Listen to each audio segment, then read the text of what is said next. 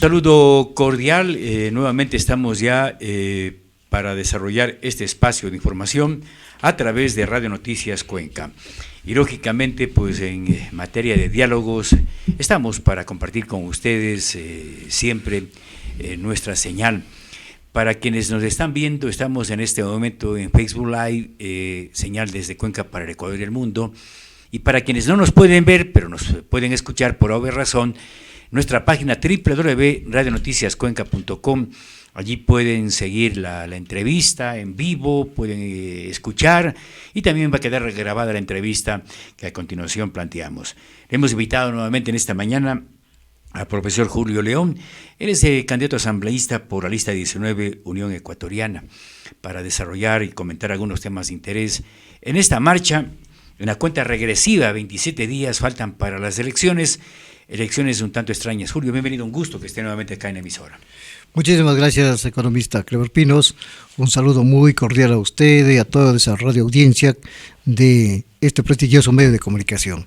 Estoy aquí pues para ver si entablamos un diálogo sobre estos temas electorales. No puedo dejar de preguntarle, Julio, ¿qué campaña más extraña, no? Complicadísima. Parece que no hay campaña, y es porque evidentemente el tema de la pandemia, las regulaciones que obligadamente se están dando, han quitado posiblemente lo festivo que debe ser una campaña.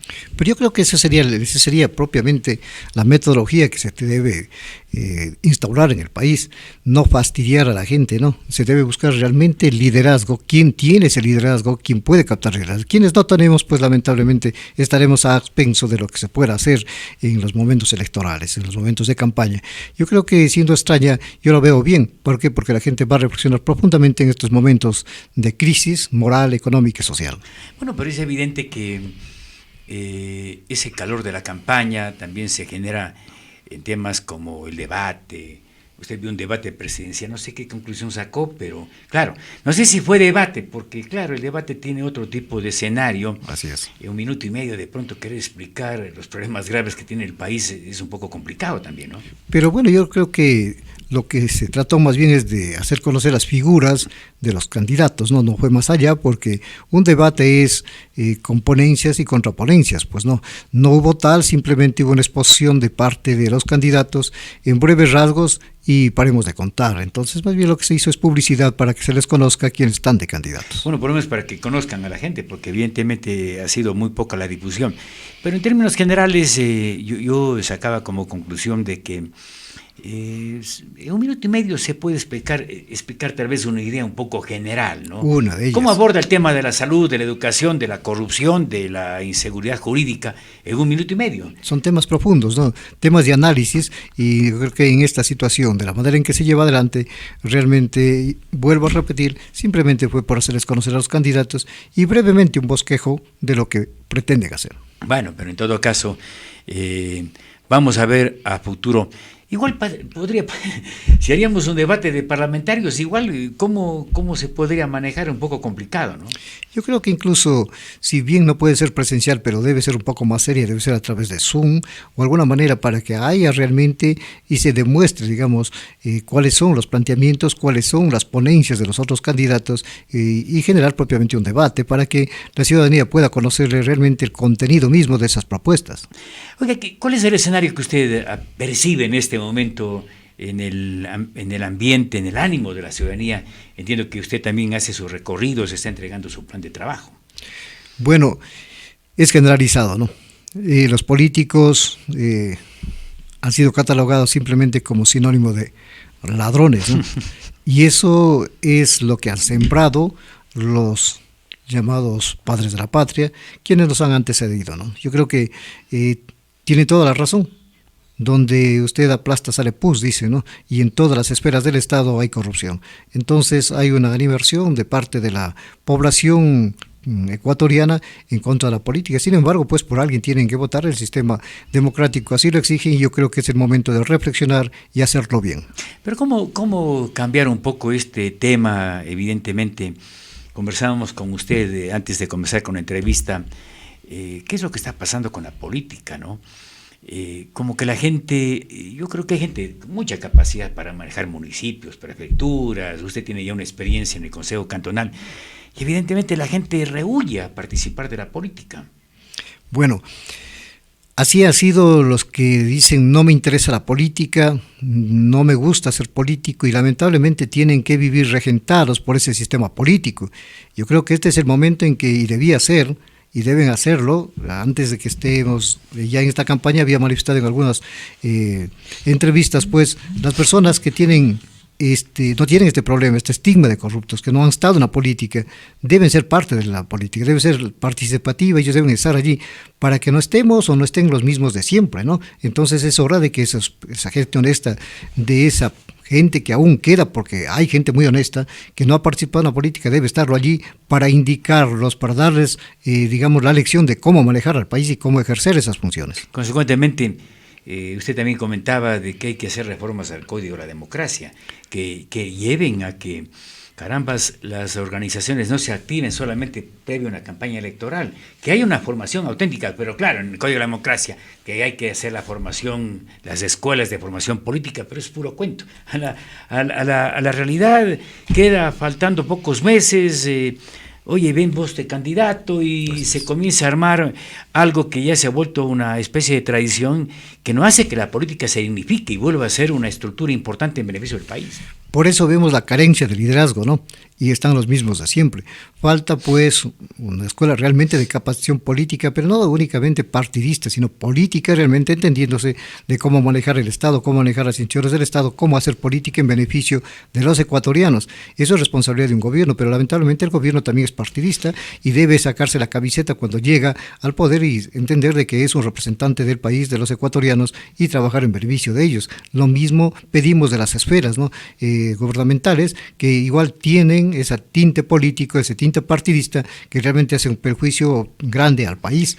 Entonces yo creo que ahí está el problema de no tener nuevos líderes. Sin embargo, pues yo creo que ahí hace falta también que el país, que los líderes sociales vayamos siendo parte de este engranaje político. De lo contrario, simplemente criticamos, hablamos, damos opiniones que no son tomadas en consideración adentro, ¿no? Es necesario tomarse el poder, es necesario ser parte de esos partidos políticos para tener voz y voto y buscar un cambio allí. Bueno, y es evidente que incluso hay los recursos que el Estado da es para formación, pero usted sabe que no se les entrega una cantidad cada año, pero que precisamente no se destina a la formación de nuevos líderes, de gente que vaya a la política, ¿no? Por eso mismo, en una de nuestras propuestas, por ejemplo, proponemos de que el gobierno no dé ningún aporte político a los partidos políticos, no, económico, perdón, ningún aporte económico, porque ese dinero puede ser muy bien orientado para los trabajos sociales, para las obras sociales que requiere el país, y no para promocionar políticos, muchos de ellos totalmente desconocidos. No es necesario hacer política para ser conocido, es necesario trabajar por el pueblo, es necesario pasar con el pueblo, es necesario liderar actividades y usted será conocido, pues no. Entonces no es necesario de absorber ese presupuesto que da el Estado para que los políticos lo disfruten en campaña, y muchos de ellos, quién sabe, hagan negocio con ello. Pero también es necesario, dentro de esto mismo, reducir también. Nosotros habíamos propuesto y proponemos pues que la reducción de asambleístas se haga en el número muy considerable, pues son 137, un número totalmente exagerado para el país, cuando nosotros proponemos 43, ¿no? 43 asambleístas que pueden tranquilamente legislar y representar, digamos, al país en el aspecto legislativo, tomando en cuenta de que se elegiría uno por provincia y uno por cada 500,000. Un número muy considerable, 43, que es suficiente, pero paralelo a ello proponemos también los sueldos de los asambleístas, hoy son de $5,000 en adelante, ¿no? Hemos propuesto pues que en las escalas remunerativas en la LOCEP tenga un techo de $2,000. Esto significaría de que los asambleístas, los concejales, los prefectos, los alcaldes, los ministros, llegaría a un máximo de $2,000, ¿no? Ese es un sueldo demasiadamente prudente por un lado, y creo que también lo que merece ganar un ecuatoriano que quiere realmente trabajar por el país. ¿Cuánto bien le haría, tomando en consideración que en el presupuesto casi el 30% se va en salarios? Así es, el gasto corriente mismo ha absorbido gran parte de ese presupuesto, y bueno, ha inflado la burocracia tanto, de tal manera que el clientelismo político ha sido el único beneficiario, y como esto es un amarre político, tiene una estructura politiquera, y bueno, realmente los resultados están allí, el país se ha hundido fruto de eso. Oiga, Julio, ¿usted es de izquierda, de derecha? ¿Por qué le pregunto eso? Porque evidentemente estamos viviendo una época tan confusa que le ha provocado un trastorno al ciudadano con esto de lo llamada ¿cómo es? ¿cómo es? Revolución Ciudadana. Revolución Ciudadana, Claro. la del siglo, ¿cómo es la del siglo XXI? Socialismo del Socialismo siglo del siglo XXI, que realmente yo trato de entender, no entiendo absolutamente nada. Lo único que ha hecho este socialismo del siglo XXI es generar confrontación, una lucha y una Odio en el confusión en la país. población terrible. Y claro, es respetable la izquierda, como es respetable la derecha, pero sobre todo tienen que prevalecer, Julio, los buenos ciudadanos, porque hay Así de es. todo en cualquier tendencia política, y eso se ha perdido. Indiscutiblemente. Tomemos en cuenta de que todos los partidos políticos o en los gobiernos que hemos tenido, pues ha habido este tipo de corrupción. Sin embargo, pues cada vez ha ido creciendo, ¿no? Y hoy multiplicamos por 10, esa corrupción es terrible en nuestro país y realmente no necesitamos ser de izquierda ni de derecha. ¿Por qué? Porque el pueblo lo que quiere es que trabajes por él, que trabajemos por ese pueblo.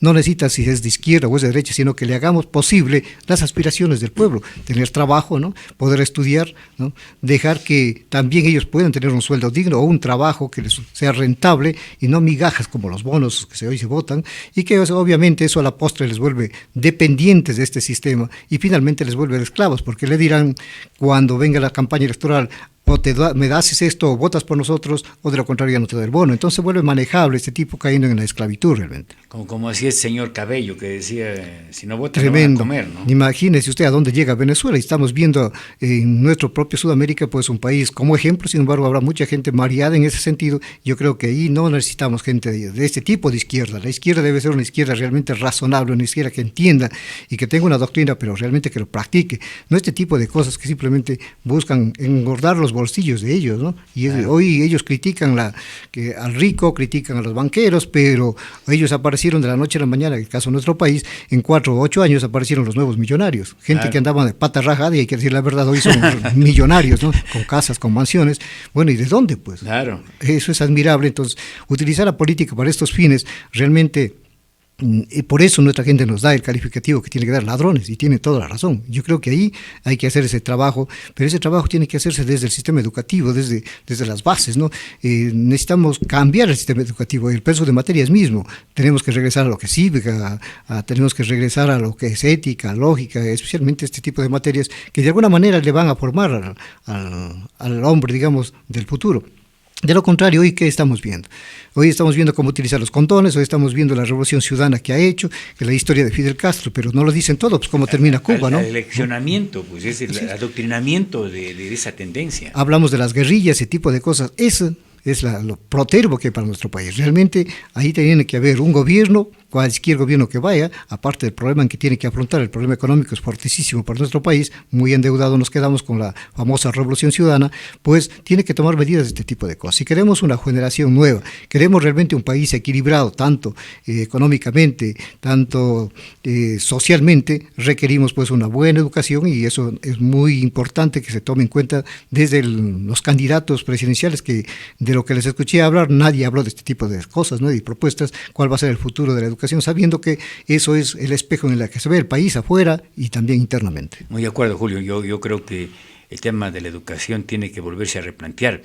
Y mire, no sé si se acuerda, hay un profesor que estuvo en este gobierno y que tenía esa idea, ¿no? De recuperar, salir del adoctrinamiento que se está generando a los chicos, niños y jóvenes de los colegios y de la propia universidad, y le sacaron del puesto. Luna. Profesor Luna, que era un tipo que quería hablar nuevamente de replantear la ética, de que los niños oigan un poco más, de volver a conocer un poco la historia de la región y del país entero, de lo que nos hemos olvidado. Apuntalaba todo eso. Le sacaron del cargo. Es que no les conviene, ¿no? Gente que va formando de esta manera en 10 años que hemos tenido, ¿qué es lo que conoce? Y con mucha razón dice nuestra juventud, no solo conocimos a Correa, pues. Y este se encargó en borrar la historia. Pues si usted borra la historia de los pueblos, borra la historia de los digamos, de los grupos sociales, definitivamente lo único que va a quedar es el presente, ¿no? Como diversión o como sea, pero va a quedar ese presente. Y eso es lo malo que está pasando en nuestro país. Nosotros debemos volver a estudiar nuestro país, hay que conocer nuestra identidad, hay que conocer nuestro pasado. De lo contrario, vamos a caer en los precipicios que nos están llevando, ¿no? Pensamos de que lo que nos dicen aquí es todo. Hay que conocer. Es fácil entender. El desarrollo y el progreso no nace de ahora, pero los señores que están hoy dándonos cátedras, ¿en qué universidades estudiaron? en las universidades en las cuales ya existieron, no es que ahora existen las universidades. Los médicos que ya a sus hijos hoy les están graduando nuevamente de médicos, ¿en qué universidad estudiaron? Entonces hoy se critica todo, esto no sirvió, esto no vale, solamente porque por adoctrinar a la gente, ¿no? Yo creo que en épocas mejores tuvimos mejores políticos, mucho más honestos, que teníamos mejores profesionales, a pesar de que digan que la tecnología de ese tiempo no la hubo, sin embargo, pues la salud de los ecuatorianos mismos era mucho mejor que la actual. Oiga, ¿y qué hacer? Tenemos tiempo para hablar de esto en estos próximos días incluso, pero a mí me preocupa mucho qué se puede hacer desde el Parlamento y en un proceso, no sé, de fortalecer el código de la democracia, porque no puede ser posible que gente con grillete, ¿no? Partidos políticos, el otro día decía una politóloga, aquí en el partido D no es la estructura política de la que el ser humano sea pasajero, pues, ¿no? Como debería ser. Aquí es el partido de Bucaram, el partido de Ramiro González, el partido de Correa. Eso no puede ser. Y mire, en medio de esta participación hay partidos que tienen gente que está presa, partidos que están habilitados, hay partidos que tienen a sus líderes prófugos de la justicia. Así es. O sea, ¿por qué no replantear eso? Porque eso también termina generando, yo diría, una expresión dura de asco en la población con respecto a lo que estamos viendo. Lamentablemente también el Código de la Democracia tiene que ser reformado en gran parte, pero paralelo a eso también la justicia tiene que agilitarse, ¿no? Algún momento ya decía, pues se le requiere jueces con solvencia moral, no con intereses de bolsillo, porque así aparecen muchas de las sentencias, y hoy vemos de candidatos, como bien dice usted, pues gente que debía estar en la cárcel, otros que están con juicios, otros que están con grilletes y están de candidatos, no pasa nada, se van de vacaciones, entran en las embajadas de México, por ahí, y desde ahí lanzan consejos a los honestos, terrible para nuestro país. Yo creo que paralelo a eso es el COI el que tiene que cambiar, ¿no? El Código Integral Penal, que debe ser más ágil, con penas mucho más rigurosas, claras y concretas, y dentro del proceso mismo investigativo, dentro del proceso de investigación, tiene que haber medidas cautelares de tal manera que impidan a estos ciudadanos a seguir participando y seguir haciendo las suyas. Como bien dice usted, hoy tenemos partidos políticos son dueños, pues no son haciendas, son simplemente lo que ellos disponen. Como bien dijo Bucaram y etcétera, etcétera, todos tienen un partido político, desaparecen eso sí desaparece el partido político. Eso demuestra claramente que jamás fueron grupos humanos o partidos políticos que representaron la esencia del país, pues no, sino simplemente el interés de determinada familia o determinado cacique que pretende ser, o determinado ladrón, en otras palabras, porque así lo viene a ser. Oiga, terrible, ¿no? Hay ciudadanos que por sin trabajo no cancelan, qué sé yo, el tema de los alimentos. Solamente los alimentos, a veces en la banca mismo, o porque usted se atrasó, un celular está en la central de riesgos. Claro. Y estos caballeros simplemente... Pero ve ahí, la prefecta de Pichincha con grillete maneja y manipula su campaña además con fondos de la prefectura de Pichincha. Oiga, eso es terrible. Yo creo que eso le digo, si mientras no tengamos una ley, un código integral penal claro y concreto, con penas que realmente modere esta situación de corrupción, no vamos a tener la oportunidad de cambiar esta situación. El Código de la Democracia de alguna manera puede regular de alguna forma, sin embargo, pues las penas propiamente lo pone el Código Integral Penal, ¿no? Pero sí hay que trabajar en el Parlamento. Nosotros habíamos propuesto, por ejemplo, y estamos proponiendo en el Código Integral Penal cambiar los artículos 278, 79, 70, 80, 81, 85, 360 y 370, 369 y 70. ¿Qué es lo que hablan de estos? Cohecho, peculado, enriquecimiento ilícito, acción ilícita, etcétera, ¿no?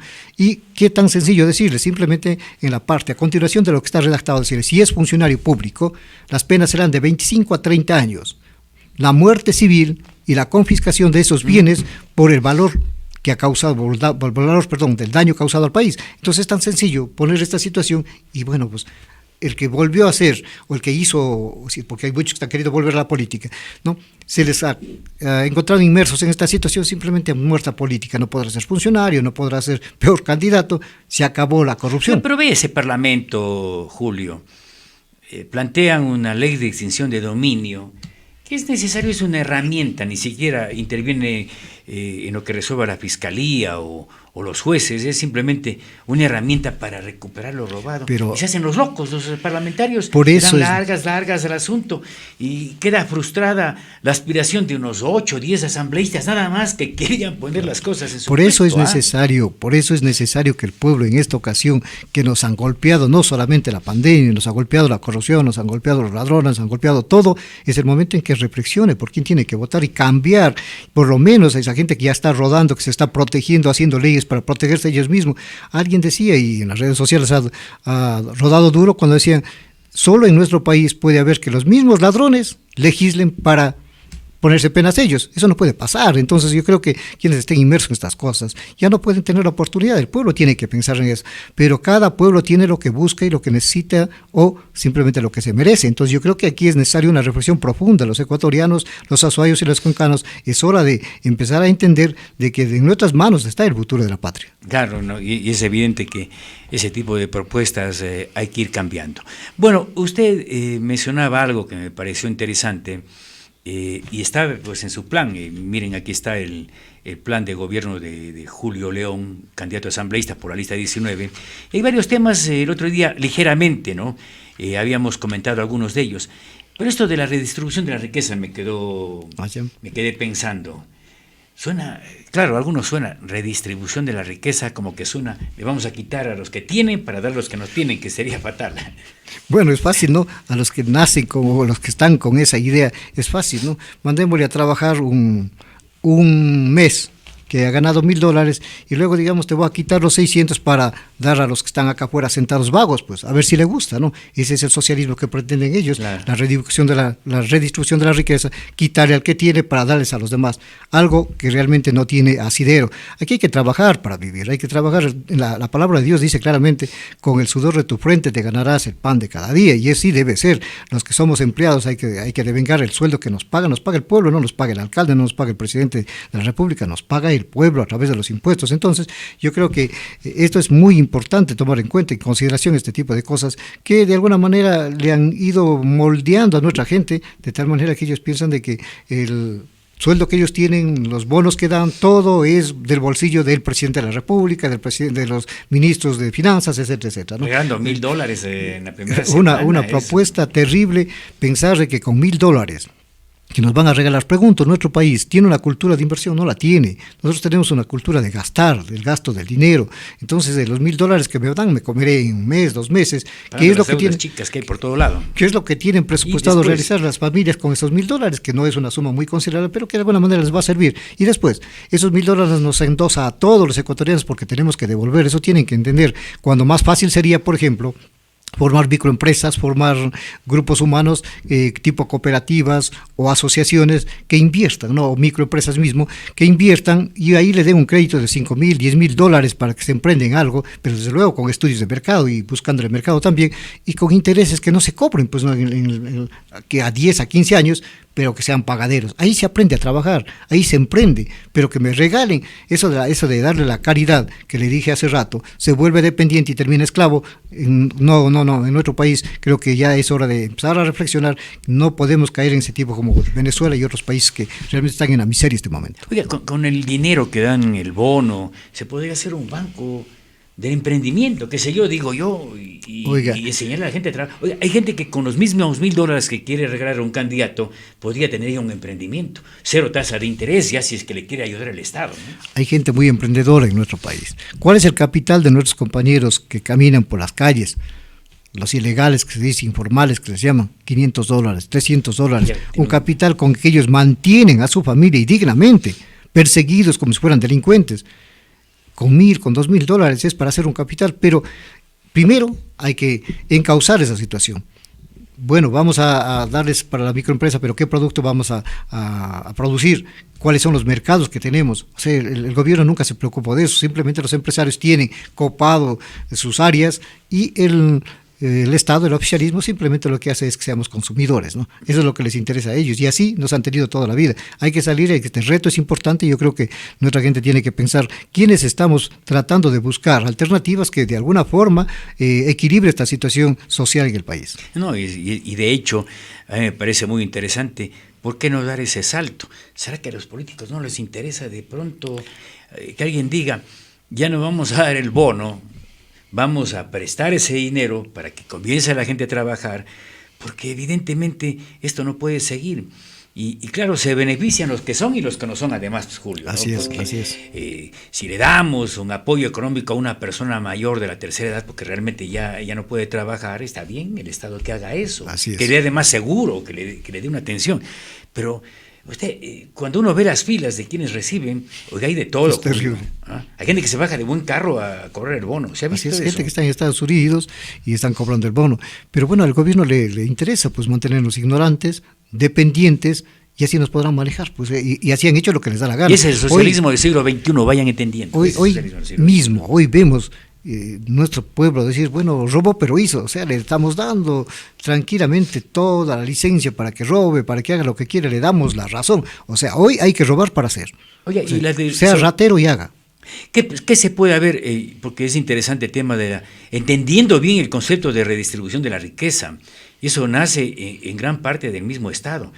Es lamentable que el Estado tampoco no ejerza un buen control sobre la evasión tributaria, por ejemplo. Claro, o sea, la redistribución de la riqueza debe ser primero cobrar lo que tiene que cobrar, ¿no es cierto? Claro. Estamos cobrando por los beneficios que tenemos en el país. Comúnmente los de media y baja producción son los que más pagan, los más puntuales, Sí, los sí, que no están sí. endeudados. Sin embargo, los que han sido condonados por esto han sido los grandes empresarios. Entonces, no hay equidad Pero es que hay social. cómplices también, hay cómplices Claro, adentro. es que dicen, ¿no? ese es el problema, por eso es que saber elegir, ¿no? El problema es de que dentro del legislativo, dentro de los ministerios, dentro del gobierno está esa gente representándose ellos. Nosotros no tenemos gente que nos represente, es hora de poner gente nuestra que nos vaya a hablar, que nos vaya a representar, pero es algo más, pues, economista. Una golondrina no hace verano, dice, ¿no? Tiene que ser un grupo humano fuerte, y es más, el pueblo tiene que conocer las propuestas, tiene que conocer cuáles son las propuestas que tiene en caso de estos legisladores, ¿para qué? Para que te reciban el apoyo del caso. Si un pueblo está levantado, está de pie, los señores funcionarios, los empleados del pueblo tienen que entender y tienen que trabajar para eso, pero es necesario despertar, pues, pueblo ecuatoriano, no estamos dormidos. Desde los 10 años para acá nos hemos quedado aletargados, realmente no sé qué nos pasó. Bueno, mire, se habla de que la evasión tributaria es sobre los 3.500, casi 4.000 millones de dólares. Mire la cantidad de plata que se podría dar buen uso, yo digo, para recuperar, sobre todo para trabajar contra tanto problema, erradicar ya la informalidad, ayudando a la gente que trabaje con buenos créditos, ¿no? Tomemos en cuenta de que mientras se pedía 1.000 millones de créditos con este gobierno, se estaba perdonando a la banca cerca de 4.000 millones de dólares. Mientras ellos declaraban una rentabilidad de 1.000 millones de dólares. Se ve que la banca en este año ha ganado bastante, ¿no? ¿Pero quién tiene más la culpa? ¿El Estado o la banca? Bueno, ese es el Estado, pues, el Estado. Claro, pero tiene gente que pero usted también, vaya a saber qué hace para generar esa evasión tributaria. Entonces, ¿qué gobierno ha representado a nuestro país? Digamos, a nuestros ecuatorianos. Ninguno. ¿Por qué? Porque todo ha sido en base a lo que le imponga la banca, en base a lo que le imponga los grandes de élite empresarial. Entonces no hay nada para el pueblo. Si el pueblo sigue simplemente con un bono de $60 feliz de la vida, chupando caramelos mientras los banquetes están arriba. Yo creo que este es el momento en que el pueblo tiene que entender de que mientras nosotros vivimos en chaquiñanes, habitamos en chozas, nuestras vías son chaquiñanes definitivamente, ¿no? Hay mucha pobreza, mientras los otros comen sus banquetes, sus buffets, se dan el lujo de dar a conocer a través de los medios de comunicación. Nosotros luchamos por tratar de comer 3 veces al día. Es hora de despertar, ecuatorianos. Este es el momento en que busquemos el equilibrio social, pero no solamente en las urnas, sino también pues entendiendo de que quienes vayan allá tienen que estar realmente apoyados por ese pueblo para buscar ese equilibrio social. Hay problemas de la desnutrición infantil, es terrible. Y eso se tiene que combatir con ese dinero que lamentablemente, yo sí creo que una de las principales luchas del país es romper con estas mafias, porque lamentablemente a lo mejor va un buen funcionario, digo yo, al SRI, y si es que quiere actuar en lo correcto, o le sacan o le compran, pues una de las dos termina por pasar. El problema es, mientras tengamos esta mafia que viene desde hace mucho tiempo, pero que tener una estructura de 13 años y querer desbaratar en 4 años no es posible, pues, ¿no? Claro, no. Yo creo que necesitamos un presidente de la República amarrado a los pantalones, ¿no? Uno que entienda de que es realmente presidente de los ecuatorianos y no de estos grupos. Era bien amarrado al principio, Correa a los pantalones. Bueno, se la aflojaron, yo creo que Correa entró ya muy bien adoctrinado. 4 años les das caramelos a todo el mundo y después ya sabe lo que nos está pasando. Eso es lo malo, ¿no? No tenemos conciencia de que nosotros somos ecuatorianos, de que tenemos y nos debemos a nuestro país, a nuestros compatriotas, y realmente las medidas gubernamentales que han tomado realmente son desastrosas. Nuestro país está endeudado, tenemos que pagar cerca de 13.000 millones anuales. ¿De dónde sacamos ese dinero? Y realmente es terrible para el que venga mismo. Sin embargo, pues el pueblo aspira de alguna manera. Y pensar en los que están entre los 3 primeros puestos es sorprendente. Es sorprendente, y yo no estoy este rato diciendo votemos por nadie en ese aspecto de candidatos a presidenciales, pero los 3 que suenan y de los 3 que la gente ha empezado a hacer un poco de tendencia, es terrible. Conózcanlos bien, conózcanles cuáles son sus propuestas, qué capacidad tienen para gobernar el país. No es simplemente fácil gobernar o ser administrador de una empresa, administrador de un banco. No es simplemente haber recibido estar 15 días en un ministerio, como el caso del señor representante de Correa, o no es simplemente haber entrado 2 años a la prefectura y no haber hecho nada y luego querer ser presidente, o simplemente decir que el agua es todo. El agua no es todo, señores, el dinero también es lo básico y fundamental para poder vivir en nuestro país. La situación económica de nuestra gente, de nuestros padres, de nuestros estudiantes, nuestros futuros compatriotas, ¿cuál va a ser el futuro? Si no tenemos dinero, no tenemos nada. ¿Podemos tener agua en abundancia? Sí, yo sé que el agua es básica, fundamental en la vida, pero también lo es la tierra, ¿no? También lo es el aire, ¿no? También es los mismos productos que consumimos. Entonces las 2 cosas hay que cuidar también, las 3 cosas iguales, pero estamos mareados. Yo creo que, no estoy diciendo que no vote, que se me entiende bien, sino que se razone perfectamente qué es lo que requerimos. Necesitamos un gobierno para los ecuatorianos, que sea un estadista, pero también tiene que ser una persona que entienda de asuntos financieros, porque si no entendemos nada de eso, definitivamente la plata se va, cogen y se llevan y hasta luego, lo que piensan es solamente en ellos y nosotros. Oiga, Julio, hemos desarrollado bien un tema, no hemos tenido chance de conversar sobre esto de la redistribución de la riqueza, y creo que va quedando claro. Tengo 2 inquietudes para usted. A ver, yo estaba revisando el papel de nuestros parlamentarios. Terrible. La verdad, ya voy a publicar, no es que me voy a quedar, de uno en uno les voy a publicar qué han hecho, cuánto han asistido, si han faltado, ¿no? Yo tengo todavía esa información. Quiero que esté cerca para que la gente se dé cuenta de qué es lo que han hecho en casi 5 años nuestros parlamentarios. Les voy a preguntar algo. Una cosa que quisiera hacer, una sola, ¿ya? Porque aquí no han hecho nada. Yo les cuento que no han hecho absolutamente nada. Porque si alguien hace una buena ley que beneficia al país, creo que está compensado su papel en el Parlamento. Pero cuando va gente que no hace absolutamente nada y que se pasa arrancando además, háganme el favor, que no han participado casi en nada, que diga una ley que realmente pueden hacerse leyes, proyectos de ley, o se haya hecho alguna enmienda en una ley, pero algo que, como dicen, coge el estómago. ¿Qué haría usted? Bueno, tenemos propuestas, nuestro plan de trabajo hay propuestas claras. Hay leyes, hay demasiadas en el país. Ya. Lo que pasa es que estas leyes tienen que ser reformadas. ¿Por qué? Porque están propiamente hechas ventanas por donde puedan entrar, por donde puedan escapar la corrupción, por donde puedan darse los negociados. Esas ventanas hay que cerrarlas. Proponer leyes nuevas cuando tenemos más de 30.000 leyes en el país, claro. Yo creo que es demasiado, la biblioteca jurídica en nuestro país, claro, es demasiado abundante, demasiadas, ¿no? Leyes. Pero sí estudiar las leyes. Yo creo que el legislador tiene que estudiar las leyes. Hay una cantidad de leyes que son sumamente necesarias y que deben ser tocadas, tienen que ser reformadas, y ese va a ser nuestro papel. Por ejemplo, estamos hablando de la ley de la redistribución de la riqueza, la LOCEP, estamos hablando de la ley de educación superior, estamos hablando del COI, estamos hablando de la ley de tierras y territorios ancestrales, estamos hablando de la ley de semillas y agrodiversidad, estamos hablando de la ley de tributación interna, ley tributaria interna. Bueno, todas estas leyes tienen que ser tocadas y tenemos propuestas. En esta propuesta que tenemos aquí, pues estamos hablando artículo por artículo, ¿no? ¿Cuáles son los artículos que vamos a cambiar? ¿Cuál es la propuesta que dice actualmente? Y abajo le hacemos un pequeño comentario para que de alguna manera el ciudadano entienda. O sea, la intención es que llevamos una propuesta. No es que decimos vamos a luchar contra la corrupción, pero no nos dicen cómo ni en dónde van a ponerlo. Nosotros estamos llevando las propuestas ya hechas para la Asamblea Nacional. Entonces, eso va a ser parte de nuestro trabajo. Esta es una pequeña parte, porque esto se podrá hacer. Es más coherente hacer una propuesta para fortalecer las que hay. Así es, definitivo. y definitivamente Y yo que creo que hay entren en algunas aplicación. pocas que se pueden cambiar, ¿no? Leyes que, por ejemplo, se deben, más de proteger, por ejemplo, al vendedor ambulante, tenemos una ley para el vendedor informal, que de alguna manera pues tiene que buscar espacios, son seres humanos que requieren también vivir con dignidad, lo están haciendo, trabajando con dignidad, y por lo tanto el Estado tiene que darles esa facilidad. Entonces, yo creo que leyes hay suficientes, pero sí es importante que el legislador lleve, no solamente venga con los ejes fundamentales, con las propuestas generales, vamos a hacer esto, vamos a luchar contra la corrupción, todo el mundo dice. Y han dicho toda la vida, además. Toda la vida lo han dicho, pero díganme qué ley le van a tocar o qué artículo lo van a reformar, cómo lo van a reformar, cuál es su propuesta. No la tienen, nosotros sí la tenemos acá. Y no es todo, ¿por qué? Porque no podemos mandarles un libro, digamos, en una propuesta, pero estamos haciéndolo en lo posible. A pesar de eso nos ha salido un poco voluminoso, ¿no? Porque son algunas propuestas concretas que están directamente, digamos, sintonizadas con el pueblo. Estas propuestas son fruto de ese clamor popular, fruto de haber conversado con líderes de diferentes índoles, tanto empresariales, microempresariales, de clase baja, media y alta. ¿Por qué? Porque el legislador no solamente legisla para un grupo ni para un segmento, y no solamente para la provincia, sino para el país. Perfecto, Julio. Ya en la parte final un comentario. Se nos viene también la consulta minera. ¿Qué propone usted al respecto? Bueno, yo creo que está totalmente claro.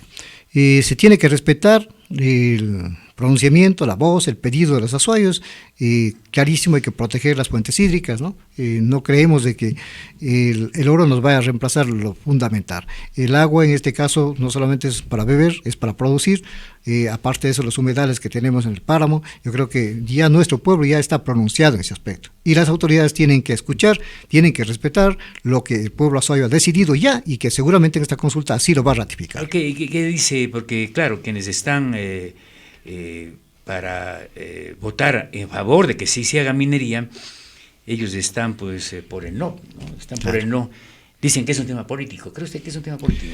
Yo creo que es un tema de conciencia, un tema de humanidad, un tema de ambientalismo. Hay que entender esta situación, hay que priorizar la sobrevivencia del hombre, sí, pero ¿en qué vamos a vivir? ¿De qué vamos a vivir? ¿Cómo vamos a vivir? Sí, yo creo que el asunto económico en cuanto a lo que es el asunto minero es básico también. Sin embargo, si eso mata la vida, no puede darse, no hay prioridad para el ser humano. Es la sobrevivencia del ser humano sobre ello, y yo creo que hay otros mecanismos de producción que se tienen que de alguna manera fomentar en el país, que se tienen que impulsar. La producción agrícola y pecuaria en nuestro país es rico en eso, tiene climas que no tienen otros países, ¿no? Costa, sierra, oriente, como es la región insular, con productos diferentes de toda índole, de tal manera que eso podemos captar un mercado muy muy importante en el exterior, y lo que hace falta pues es un gobierno que realmente quiera hacerlo, que quiera y que conozca de esta actividad, que sepa lo que nuestro país tiene, la riqueza que tiene nuestro país. Perfecto, Julio, no le quito más tiempo. Tal vez un comentario, usted fue concejal, ¿qué tal está la administración actual? Bueno, yo creo que la población ha dicho más de un 70%, falta mucho que hacer, ¿no? Yo decía cuando salimos con Granda, quedamos debiendo al país, y le dije eso hace más de medio año antes de salir, quedamos en deuda con la ciudad, quedamos en deuda. Si nosotros quedamos en deuda, yo creo que los otros han quedado más, incluso 2 periodos han pasado, y recién se acaba un tranvía, ¿no? Entonces, terrible. Con semejantes problemas. Problemas con la economía. 11 millones de pérdida va a tener el primer año. Y vea, usted tiene que subsidiarse algo que no se ajusta a la realidad de lo que requiere nuestra ciudad. Y yo creo que ya medio periodo se ha transcurrido, ¿no? Y es suficiente como para dar criterios. Realmente muy deficiente la situación. Esperamos de que en estos 2 años pues retomen y realmente demuestren que tienen capacidad y que hagan lo que propusieron hacer, lo que hablaron en hacer, que no han hecho absolutamente nada hasta ahora. Julio, yo le pregunto algo. Con las pérdidas que se van a dar, no es que el próximo año va a ser mejor, no. Así es peor. 11 millones de pérdida es quitar obras de la ciudad de Cuenca. Vea cómo están las aceras, calles. Terrible. El tema de la obra pública, parques que necesita la ciudad de Cuenca. Utilizar 11 millones para tapar la pérdida. ¿No cree usted que el Consejo debe resolver si eso funciona o no funciona? No han hablado absolutamente nada, ¿no? Hay concejales que igual se han casado con lo que les conviene. Yo creo que sí hay personas muy, muy importantes, con capacidad, y es hora de que empiecen a responderle a los intereses del pueblo, ¿no? Pero esto no solamente es pues taparle, vea, yo prefiero de que me hagan las aceras, que me hagan las calles, antes que los parques, ¿no? Los parques sí son importantes, pero primero es lo primero, pues, ¿no? Hoy las aceras es totalmente, todo Cuenca, las aceras son prácticamente huecos, chaquiñales, un desbarajuste. Que con unos 40 millones se soluciona todo el cantón Cuenca, ¿no? Se han créditos se han perdido, creo que Cuenca otra vez está quedando ya el municipio, no va a ser sujeto de crédito porque se está en deuda, y bueno, y eso, ¿quién paga? Pagamos los cuencanos, ¿no? Entonces yo creo que sí es necesario que demuestren esa capacidad de ser operativos y ser eficientes en la obra pública. Así es, Julio. Bueno, éxitos y siga su campaña, seguiremos conversando. Muchísimas gracias, economista Pinos, un agradecimiento muy importante esta entrevista, que podemos de alguna manera dar a conocer nuestros planteamientos, nuestra posición política, y esperamos pues que ya en febrero, el 7 de febrero, pues nuestra gente reflexione. Háganlo, hay una alternativa, ahí está Julio León en la lista 19, ahí están nuestras propuestas y esperamos pues que en esa reflexión nos apoyen y podamos buscar el cambio que nuestra ciudad y nuestro país requiere. Perfecto. Muchas gracias. Gracias a Julio León en esta mañana. Vamos con la pausa, que cerramos ya la entrevista. Gracias por acompañarnos. Hemos dialogado con el profesor Julio León, candidato por la lista 19 a la Asamblea Nacional. Ya regresamos.